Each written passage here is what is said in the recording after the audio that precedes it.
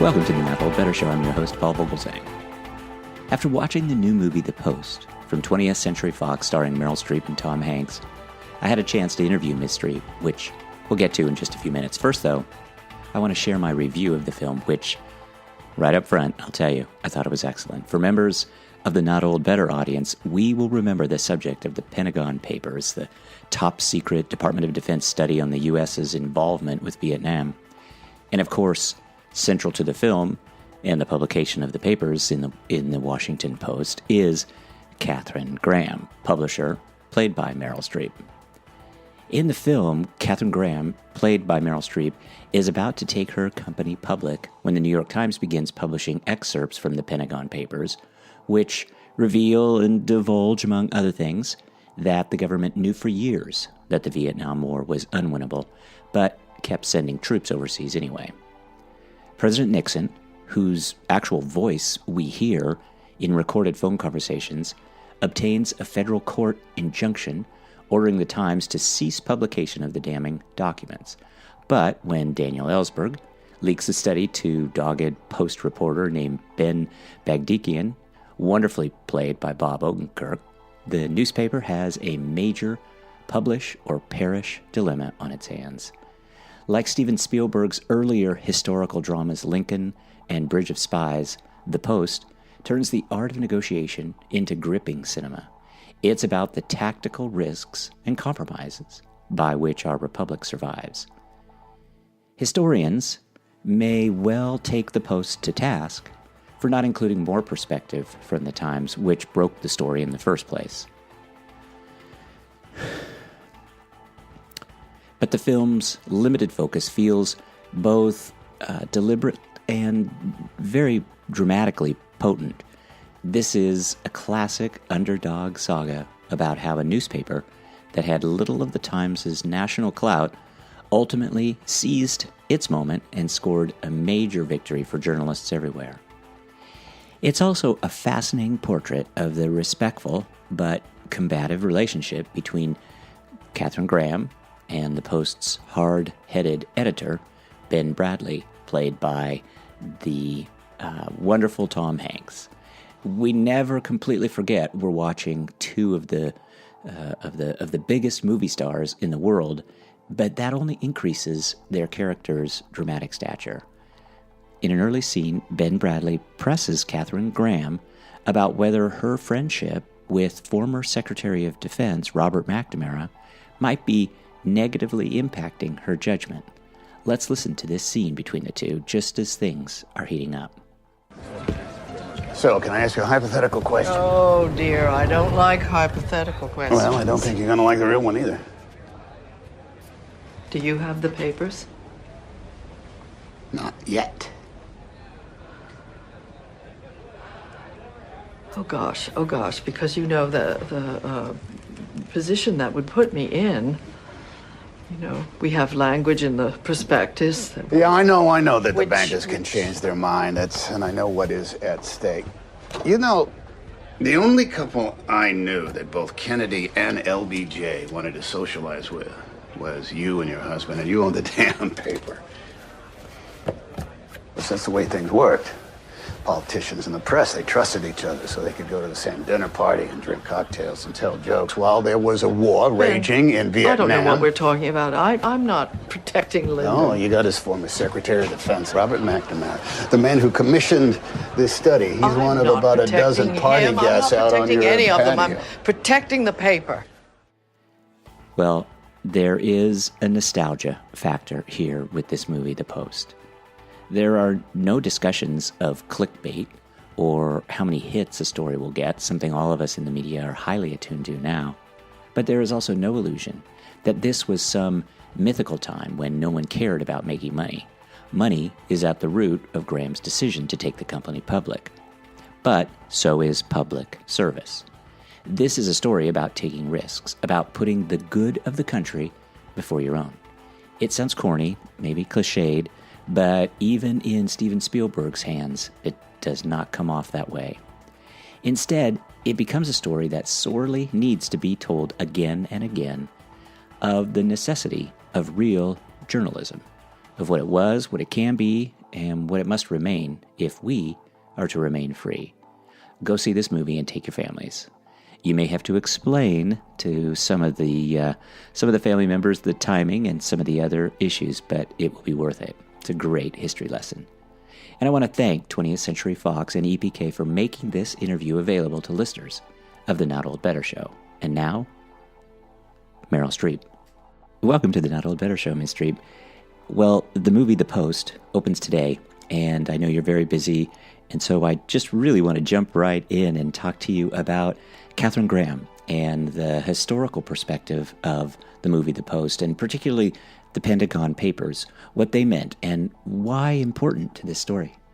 The first screenplay that I got was written by Liz Hannah, and it was really centered on Katharine Graham and the event of the publication of the Pentagon Papers, what part the Post played in that. And it was unusual because it was focused on her. I was familiar with the stories about the Washington Post from Alan Pakula's All the President's Men, where she made a brief but fleeting appearance. And I really didn't know very much about her. Nora Ephron had told me that her autobiography was one of the great books of that part of the century, and that I should read it.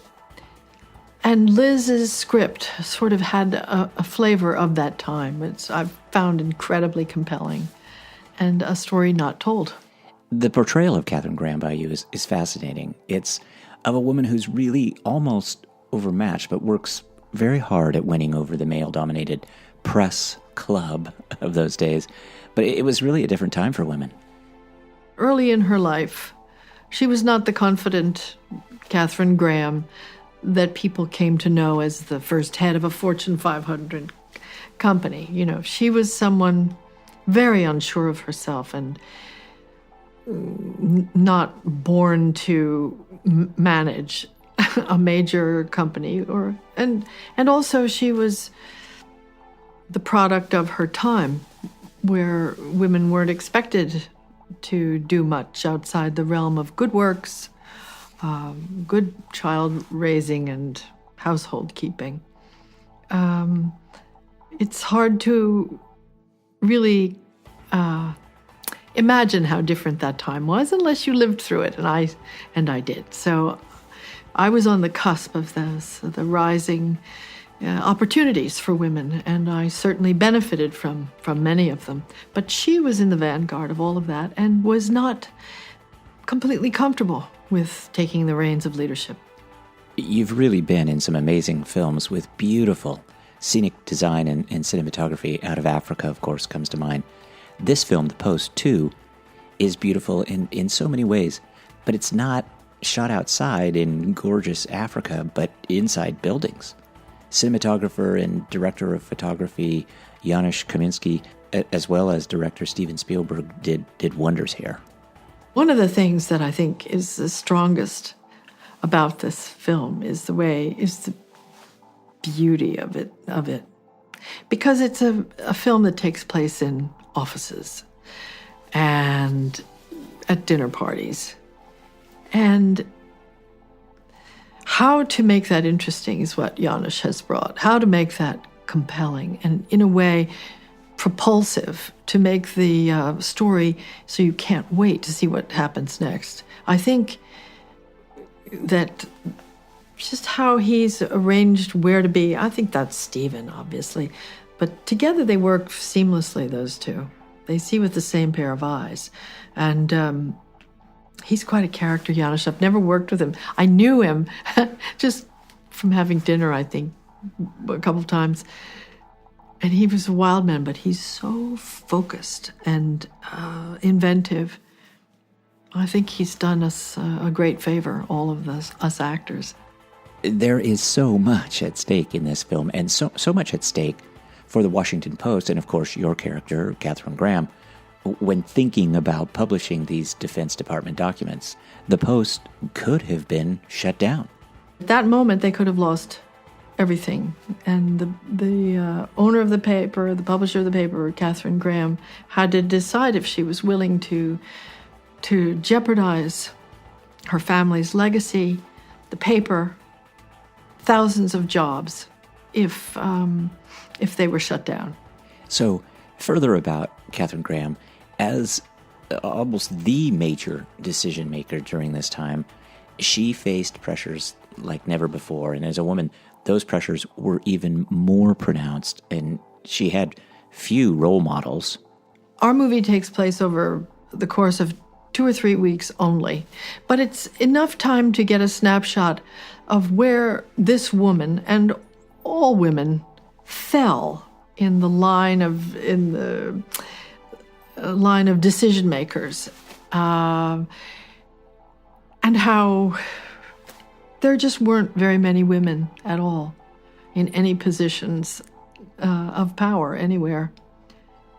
And I shouldn't even use that word, power. It's a matter of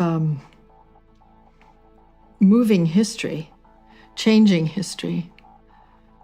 There were very few women in business, very few women in law. There was no one on the Supreme Court. There was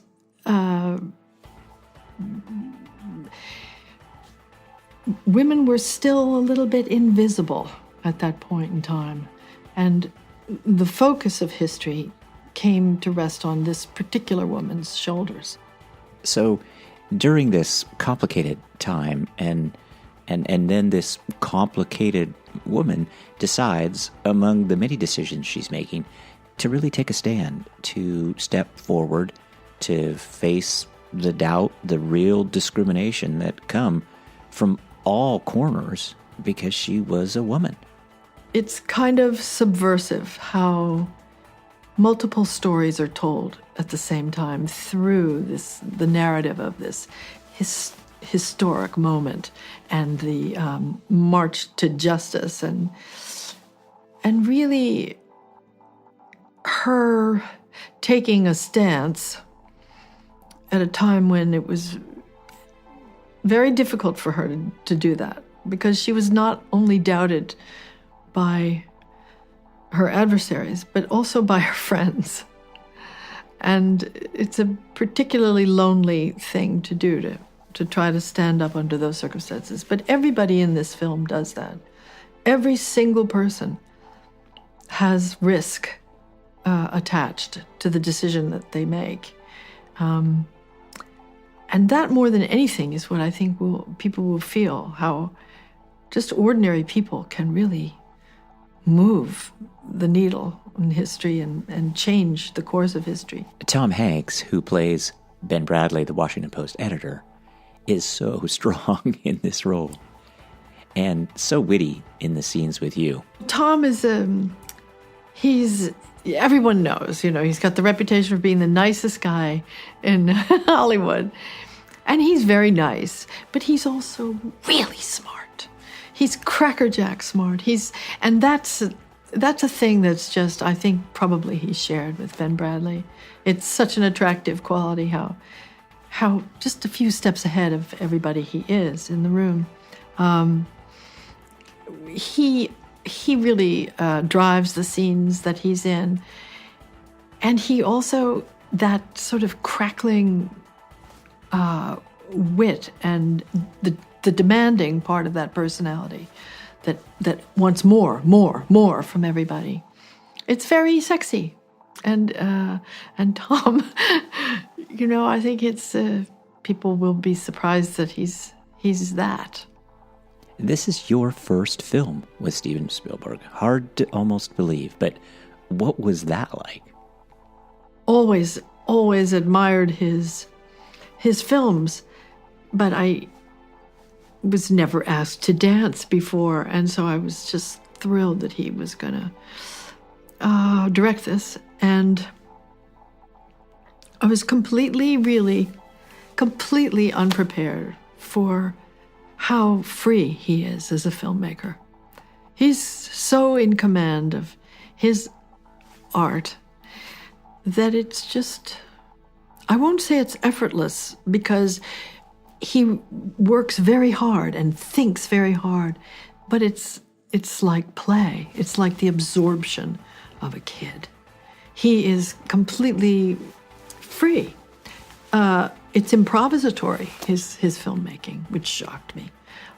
I don't know what I was expecting. I guess I thought he would, have his sort of way that he liked to do things.